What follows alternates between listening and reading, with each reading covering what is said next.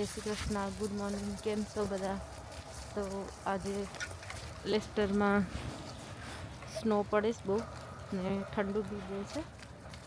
तो चलो बताइए केटलो स्नो पड़ो है।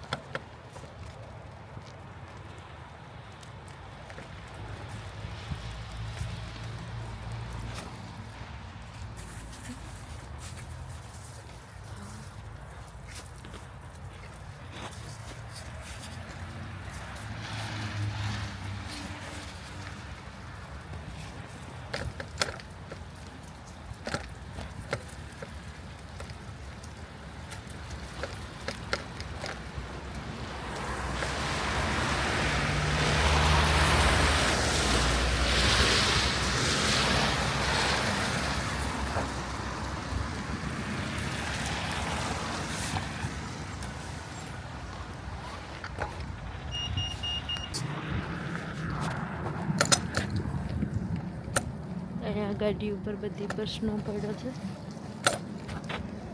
અને હજુ સ્નો પડે છે, મસ્ત દેખાય છે। તો હવે મેં ઘેરે જતી છે ગાડીથી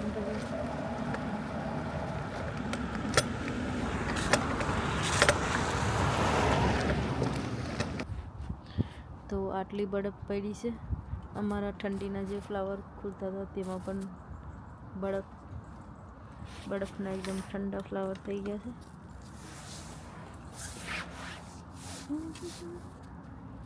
અને અહીંયા છે બરફ। કોઈને ગોલો ખાવાનો હોય તો કહેજો ઇન્ડિયામાંથી બધાને।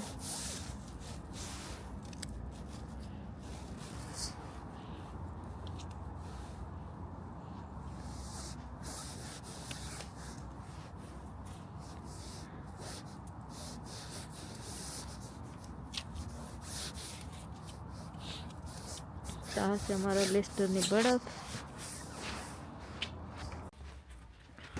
તો બરફ તો પડે જ પણ બહુ ઠંડી લાગે છે। આજે બરફ પડી પણ વધારે ઠંડુ લાગે છે। હવે બરફ જેમ જેમ ઓગળીએ તેમ વધારે ઠંડુ લાગે।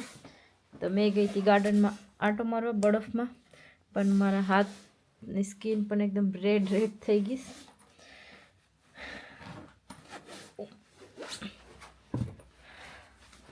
હવે શાસ્ત્રીને ધ્યાનશીને સ્કૂલથી મૂકીને આવી ગઈ અને ગાર્ડનમાં એક આંટો બી મારી આવી। સ્નોમાં થોડો હાથ લગાવીને આવી ગઈ। બારે ઠંડુ બહુ છે એટલે ચાલો, બારે તો બહુ ઠંડી છે। તો મેં બંનેને સ્કૂલ મૂકીને આવી ગઈ। હવે બંને સ્કૂલ છે ત્યાં સુધીમાં ઘરનું બધું ક્લિનિંગ કરી નાખું। અને ધ્યાનથી તો આવીએ એટલે બધા ટોયસ બધા ઘરમાં વેખરવાનું ચાલુ કરી દે છે। તો ધ્યાનથી એવરીડે બધા ટોયસ રમીને આવી રીતના જ મૂકીને ચાલી જાય। એટલે પછી સ્કૂલ જાય એટલે આપણે ક્લિનિંગ ચાલુ કરી દેવું પડે। આવે એટલે પાછા તેવું ને તેવું। ને આજે પણ મારે જોબ પર જવાનું છે। વીકમાં 1 થી 2 દિવસ જવાનું હોય। તો બંનેને સ્કૂલ મૂકીને આવી ગઈ। હવે આજે મગ બનાવવાના છે। તો મગ બનાવવા માટે પહેલાં ઘરનું કામ બધું કરવાનું ચાલુ કરી દીધું છે। એટલે મગ ત્યાં સુધીમાં બફાઈ જશે। મગ બફાઈ જાય પછી મગનો વઘાર કરી નાખશું, કેમ કે ટાઈમ નહીં રહે।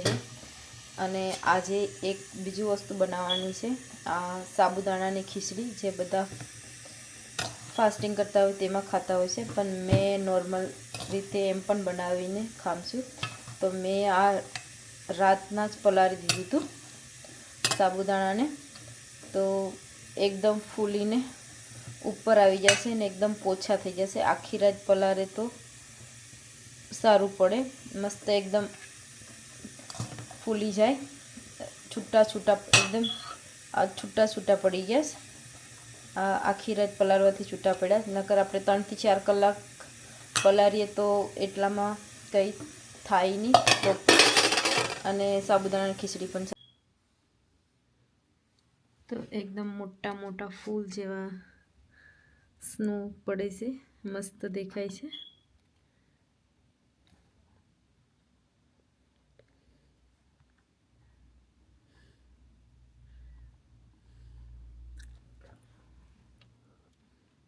પહેલાં સ્નો પડે એટલે બહુ સારું લાગે બધાને.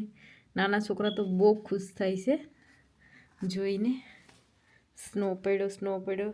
રાતના પડ્યો હોય તો વિંડા ઉપર બેઠીને જોયા કરે, કેમ કે રાતના એકદમ વ્હાઈટ દેખાય. પણ નીચે વરસાદ આવી ગયો છે એટલે નીચે પડે એટલે તાત્કાલિક ઓગળી જાય છે બરફ. પણ એ બરફ ઓગળી જાય એટલે ઠંડુ બી બહુ લાગે છે.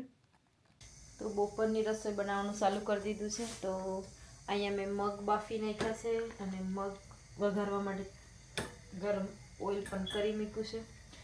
ને એના પછી સાબુદાણાની ખીચડી બનાવવાની છે. તો સાબુદાણા મેં તમને બતાવ્યા હતા કે આખી રાત પલાળીને રાખ્યા હતા. તો અહીંયા સાબુદાણા છે અને તેના માટે મીઠો લીમડો, લીલા મરચાં, ધાણા અને એકદમ ઝીણા ઝીણા બટાકા કાપી લીધા છે. બધું રેડી કરી નાખ્યું છે. તો પહેલાં મગ વઘારીએ. તો બપોરની રસોઈ બનાવવાનું ચાલુ કરી દીધું છે. તો અહીંયા મેં મગ બાફી નાખ્યા છે અને મગ વઘારવા માટે ગરમ ઓઇલ પણ કરી મૂક્યું છે. ને એના પછી સાબુદાણાની ખીચડી બનાવવાની છે. તો સાબુદાણા મેં તમને બતાવ્યા હતા કે આખી રાત પલાળીને રાખ્યા હતા. તો અહીંયા સાબુદાણા છે અને તેના માટે મીઠો લીમડો, લીલા મરચાં, ધાણા અને એકદમ ઝીણા ઝીણા બટાકા કાપી લીધા છે. બધું રેડી કરી નાખ્યું છે. તો પહેલાં મગ વઘારીએ.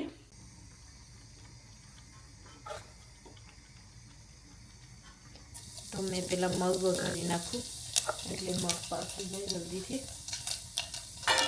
થોડું ઢાંકી દઈએ લેટથી.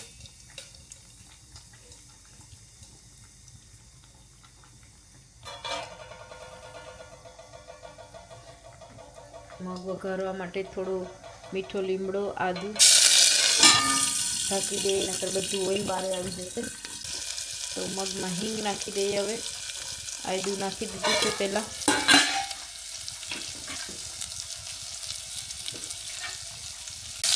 તો હિંગ પણ તેલમાં મિક્સ કરી લઈએ પ્રોપર. અને મેં મગ માટે એક મોટું ટમાટર ઉમેર્યું છે.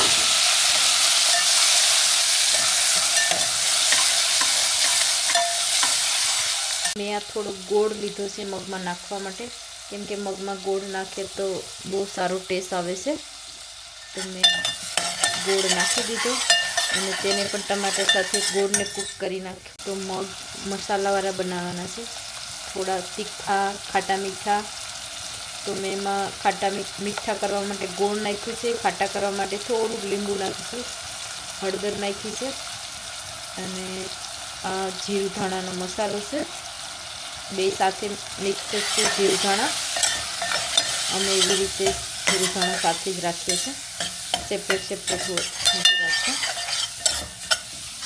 હવે પછી તેમાં મીઠું નાખી લઈશું સ્વાદ અનુસાર. તો આ નખાયું મીઠું.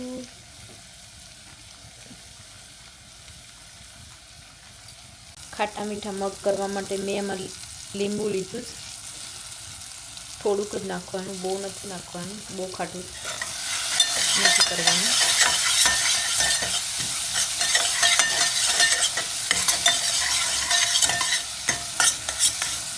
તો એકદમ મસાલો અને ટમાટર બધા સાથે કૂક થઈ જશે. તો મગ પણ અહીંયા સાઈડમાં બફાઈ જશે.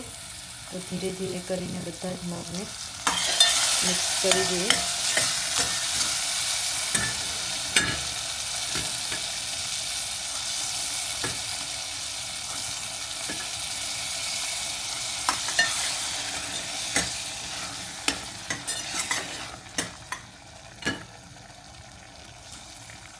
મેં 1 ગ્લાસ જેટલું પાણી પણ નાખ્યું છે, કેમ કે થોડું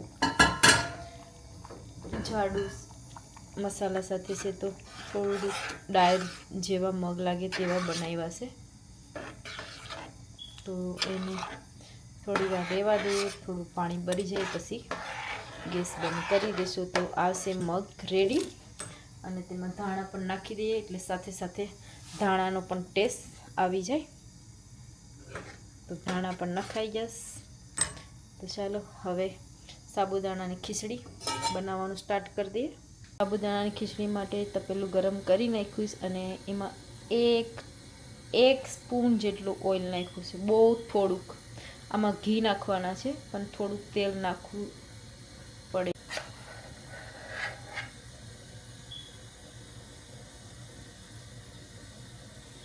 તો અહીંયા મેં દેશી ઘી લઈ લીધું છે સાબુદાણાની ખીચડી વઘારવા માટે. 2 ચમચી જેટલું ઘી લીધું છે. તો અહીંયા ઘી ગરમ થઈ ગયું છે એકદમ. તો હવે ઘીમાં જીરું નાખી દઈએ.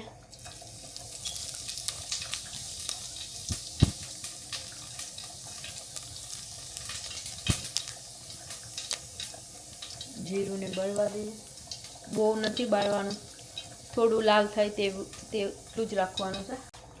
તો અહીંયા જીરું લાલ થઈ ગયું છે તો મેં આમાં થોડું અદરક નાખ્યું છે અને આ નાખ્યા છે કડી પત્તા. તો મેં 2 લીલા મરચાં એકદમ ઝીણા ઝીણા કાપી લીધા અને તેને પણ નાખી દીધા છે વઘાર કરવા માટે. તો થોડા તેને પણ કૂક કરી લઈએ. તો આમાં મેં હળદર નાખું, બહુ થોડીક, એકદમ થોડીક. તો આ છે પિંક સોલ્ટ, એનો ટેસ્ટ પણ બહુ ફાઇન હોય છે. તો મેં અહીંયા 2 સ્પૂનને થોડુંક નાખ્યું છે, મિક્સ કરી નાખીએ. ને હવે ઝીણા ઝીણા બટાકા જે કાપેલા હતા આટલા તેને ઘીમાં નાખી દઈએ. જે મસાલામાં કૂક કર્યા છે.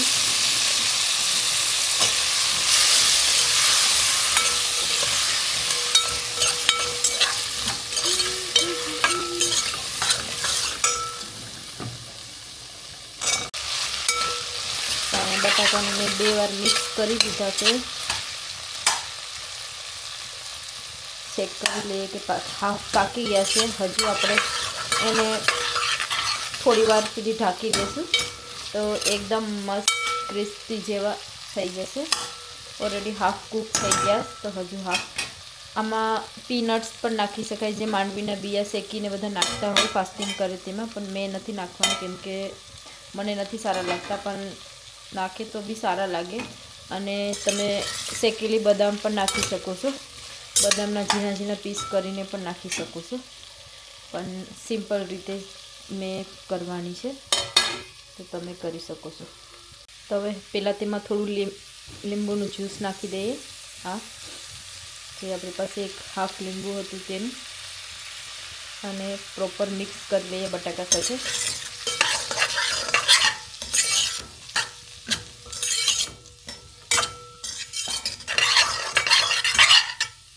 હવે આપણે થોડા થોડા કરીને સાબુદાણા જે પલાળેલા છે તે મિક્સ કરી દઈએ અને એકદમ ધીરે ધીરે હલકા હાથેથી મિક્સ કરીએ, નકર બધા દાણા દાણા તૂટી જાય. એકદમ છૂટા છૂટા રાખવાના છે. તો પ્રોપર મિક્સ કરી લઈએ. તો અહીંયા સાબુદાણાની ખીચડી રેડી થઈ ગઈ છે. મેં નાખ્યા ધાણા એકદમ લીલા લીલા ફાઇન અને મિક્સ કરી દઈશું. અને આ એકદમ છૂટા છૂટા દાણા છે.